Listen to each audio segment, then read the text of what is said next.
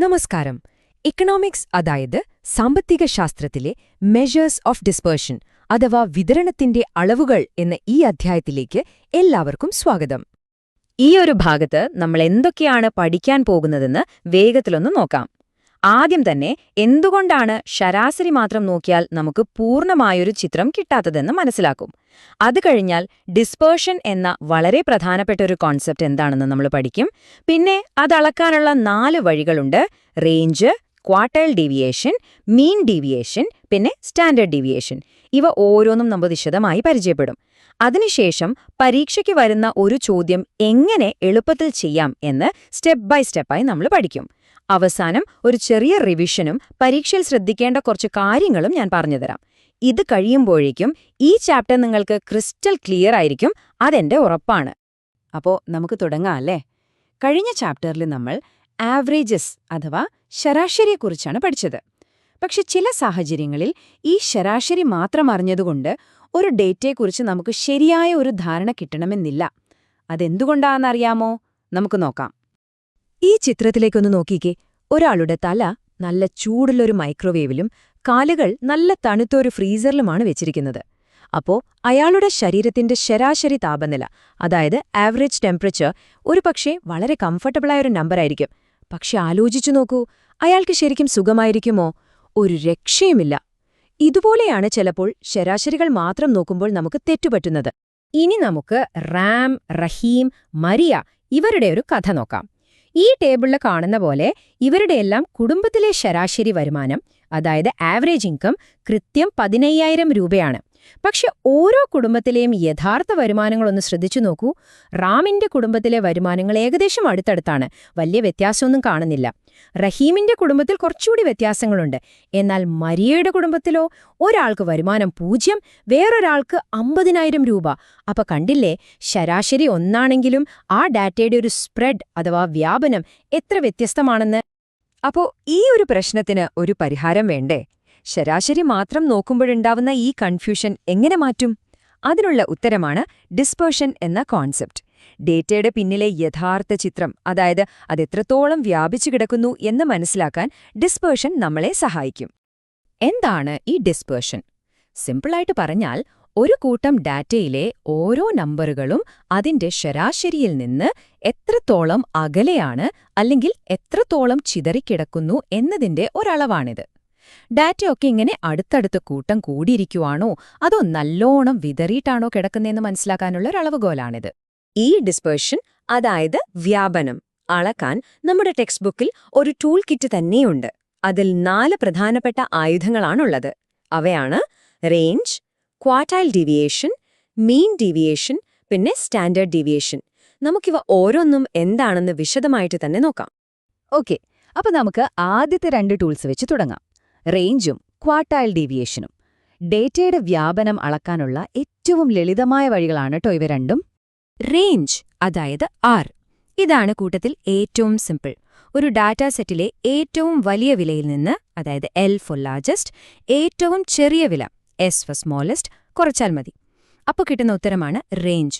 Formula ഇതാണ്: R = L - S. കണ്ടുപിടിക്കാൻ ഭയങ്കര എളുപ്പമാണ്, പക്ഷെ ഇതിനൊരു ചെറിയ പ്രശ്നമുണ്ട്. റേഞ്ചിന്റെ പ്രധാന പ്രശ്നം എന്താണെന്ന് വെച്ചാൽ, ഡേറ്റയിലെ ഏതെങ്കിലും ഒരു നമ്പർ അസാധാരണമായി വളരെ വലുതോ അല്ലെങ്കിൽ വളരെ ചെറുതോ ആണെങ്കിൽ റേഞ്ചിന്റെ ഉത്തരം ആകെ മാറിമറിയും. ഇതിനെയാണ് നമ്മൾ ഔട്ട്ലയേഴ്സ് എന്ന് പറയുന്നത്. ഇപ്പോൾ 1 മുതൽ 10 വരെയുള്ള നമ്പേഴ്സ് ഉണ്ടെന്ന് വെക്കുക. അതിന്റെ കൂടെ നമ്മൾ പെട്ടെന്ന് 1000 എന്നൊരു നമ്പർ കൂടി ചേർത്താൽ എന്താ സംഭവിക്കുക? റേഞ്ച് ആകെ മാറിപ്പോവും. ഇത് ഡേറ്റയുടെ യഥാർത്ഥ വ്യാപനം കാണിക്കില്ല. കാരണം ഇത് അറ്റത്തുള്ള 2 വിലകളെ മാത്രമേ നോക്കുന്നുള്ളൂ, ഇടയിലുള്ള ഒന്നിനെയും പരിഗണിക്കുന്നേയില്ല. റേഞ്ചിന്റെ ഈ ഒരു പ്രശ്നം പരിഹരിക്കാൻ നമ്മളെ സഹായിക്കുന്ന കുറച്ചുകൂടി മെച്ചപ്പെട്ട ഒരു ടൂളാണ് ക്വാർട്ടൈൽ ഡീവിയേഷൻ അഥവാ QD. ഇതിന്റെ പ്രത്യേകത എന്തെന്നാൽ, ഇത് ഡേറ്റയുടെ അറ്റത്തുള്ള വിലകളെ ഒഴിവാക്കി നടുവിലുള്ള 50% വിലകളെ മാത്രമേ പരിഗണിക്കുകയുള്ളൂ. അതുകൊണ്ട് തന്നെ അറ്റത്തുള്ള ഔട്ട്ലയേഴ്സ് ഒന്നും ഇതിനെ ബാധിക്കില്ല. ഇതിന്റെ ഫോർമുല ഇതാണ്: QD = Q3 - Q1 / 2. ഇനി നമുക്ക് കുറച്ചുകൂടി പവർഫുള്ളായ 2 ഉപകരണങ്ങളിലേക്ക് കടക്കാം: മീൻ ഡീവിയേഷനും സ്റ്റാൻഡേർഡ് ഡീവിയേഷനും. ഇവ രണ്ടും നമ്മുടെ ഡേറ്റയിലെ എല്ലാ നമ്പറുകളെയും പരിഗണിക്കും. അതുകൊണ്ട് തന്നെ നമുക്ക് കൂടുതൽ കൃത്യമായ ഒരു ചിത്രം കിട്ടും. മീൻ ഡീവിയേഷൻ അഥവാ MD. ഇതെന്താ ചെയ്യുന്നതെന്ന് വെച്ചാൽ ഓരോ വിലയും ശരാശരിയിൽ നിന്ന് എത്ര ദൂരെയാണെന്ന് കണ്ടുപിടിക്കും. എന്നിട്ട് ആ കിട്ടിയ ദൂരങ്ങളുടെ എല്ലാം ശരാശരി കാണും. ഇവിടെ ഏറ്റവും ശ്രദ്ധിക്കേണ്ട ഒരു കാര്യമുണ്ട്. നമ്മൾ ദൂരം പറയുമ്പോൾ മൈനസ് ചിഹ്നം ഉപയോഗിക്കില്ല, അല്ലേ? അതുകൊണ്ട് എല്ലാ വ്യത്യാസങ്ങളും നമ്മൾ പോസിറ്റീവായിട്ടാണ് എടുക്കുന്നത്. അതിനാണ് ആ ഫോർമുലയിൽ മോഡ് D എന്ന് കൊടുത്തിരിക്കുന്നത്. ഇതിനെ ആബ്സല്യൂട്ട് ഡിഫറൻസ് എന്നാണ് പറയുക. ഇപ്പോൾ നമ്മൾ ഡിസ്പേർഷൻ അളക്കാനുള്ള ഏറ്റവും പ്രധാനപ്പെട്ടതും ലോകമെമ്പാടും ഏറ്റവും കൂടുതൽ ഉപയോഗിക്കുന്നതുമായ ടൂളിലേക്കാണ് എത്തിയിരിക്കുന്നത്, സ്റ്റാൻഡേർഡ് ഡീവിയേഷൻ. ഇതിനെ സിഗ്മ എന്നൊരു ഗ്രീക്ക് അക്ഷരം കൊണ്ടാണ് സൂചിപ്പിക്കുന്നത്. മീൻ ഡീവിയേഷനിലെ ആ നെഗറ്റീവ് ചിഹ്നത്തിന്റെ പ്രശ്നം സ്റ്റാൻഡേർഡ് ഡീവിയേഷൻ പരിഹരിക്കുന്നത് വേറൊരു രീതിയിലാണ്. അത് ഓരോ വ്യത്യാസത്തെയും സ്ക്വയർ ചെയ്യും, അതായത് വർഗം കാണും. അതുകൊണ്ടുതന്നെ ഇതാണ് ഏറ്റവും വിശ്വസനീയമായ ഒരളവായി കണക്കാക്കപ്പെടുന്നത്. ഓക്കേ, അപ്പൊ തിയറിയൊക്കെ നമ്മൾ പഠിച്ചു. ഇനി ഇത് വെച്ചിട്ട് ഒരു പരീക്ഷാ ചോദ്യം എങ്ങനെ ചെയ്യാമെന്ന് നോക്കാം, അല്ലേ? പേടിക്കണ്ട, ടെക്സ്റ്റ് ബുക്കിലെ ഒരു ഉദാഹരണം വെച്ച് നമുക്ക് ഘട്ടം ഘട്ടമായി വളരെ പതുക്കെ പഠിക്കാം. ചോദ്യം നന്നായി ശ്രദ്ധിച്ചു വായിക്കുക. 40 കുട്ടികളുടെ മാർക്കിന്റെ വിവരങ്ങൾ തന്നിട്ടുണ്ട്. നമ്മളോട് റേഞ്ചും ക്വാർട്ടൈൽ ഡീവിയേഷനും, അതായത് QD, കണ്ടുപിടിക്കാനാണ് പറഞ്ഞിരിക്കുന്നത്. ഏതൊരു കണക്ക് കിട്ടിയാലും ആദ്യം ചെയ്യേണ്ടത് എന്താണ് തന്നിരിക്കുന്നത്, ഗിവൻ, എന്താണ് കണ്ടുപിടിക്കേണ്ടത്, ആസ്ക്ഡ്, എന്ന് വ്യക്തമായി മനസ്സിലാക്കുകയാണ്. നമുക്ക് ഏറ്റവും എളുപ്പമുള്ള റേഞ്ചിൽ നിന്ന് തുടങ്ങാം. ഫോർമുല R=L-S ആണെന്ന് ഓർമ്മയുണ്ടല്ലോ.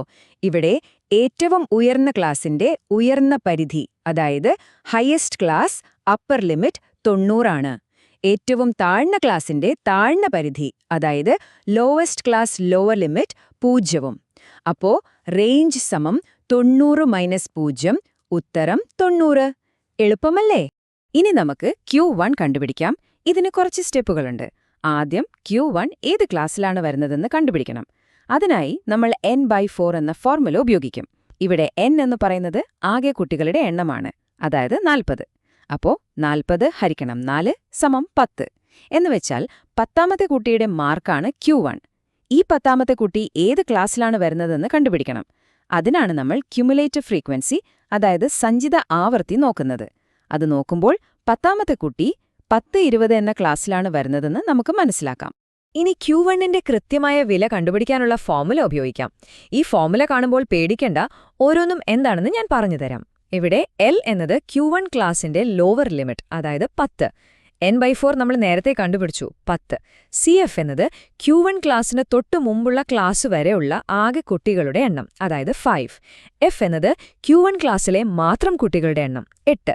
പിന്നെ I എന്നത് ക്ലാസ് ഇന്റർവൽ, അതായത് 10. ഈ വിലകളെല്ലാം ഫോർമുലയിൽ ശരിയായി കൊടുത്താൽ നമുക്ക് ഉത്തരം 16.25 എന്ന് കിട്ടും. നമ്മൾ Q1 കണ്ടുപിടിച്ച അതേ രീതിയിൽ തന്നെയാണ് Q3യും കണ്ടുപിടിക്കുന്നത്. Q3ന്റെ സ്ഥാനം കണ്ടുപിടിക്കാനുള്ള ഫോർമുല 3n/4 ആണ്, അതായത് 3 ഗുണിക്കണം 40 ഹരിക്കണം 4, ഉത്തരം 30. എന്നുവെച്ചാൽ 30ാമത്തെ കുട്ടിയുടെ മാർക്കാണ് Q3. നമ്മുടെ ക്യുമുലേറ്റീവ് ഫ്രീക്വൻസി ടേബിൾ നോക്കുമ്പോൾ ഇത് 40-60 എന്ന ക്ലാസ്സിലാണ് വരുന്നതെന്ന് കാണാം. ഇനി Q3ന്റെ ഫോർമുല ഉപയോഗിക്കാം. ഇവിടെ L എന്നത് Q3 ക്ലാസിന്റെ ലോവർ ലിമിറ്റ് 40. 3n/4 എന്നത് 30 ആണ്. CF എന്നത് Q3 ക്ലാസ്സിന് തൊട്ടു മുമ്പുള്ള ക്ലാസ് വരെയുള്ള ആകെ കുട്ടികളുടെ എണ്ണം, അതായത് 29.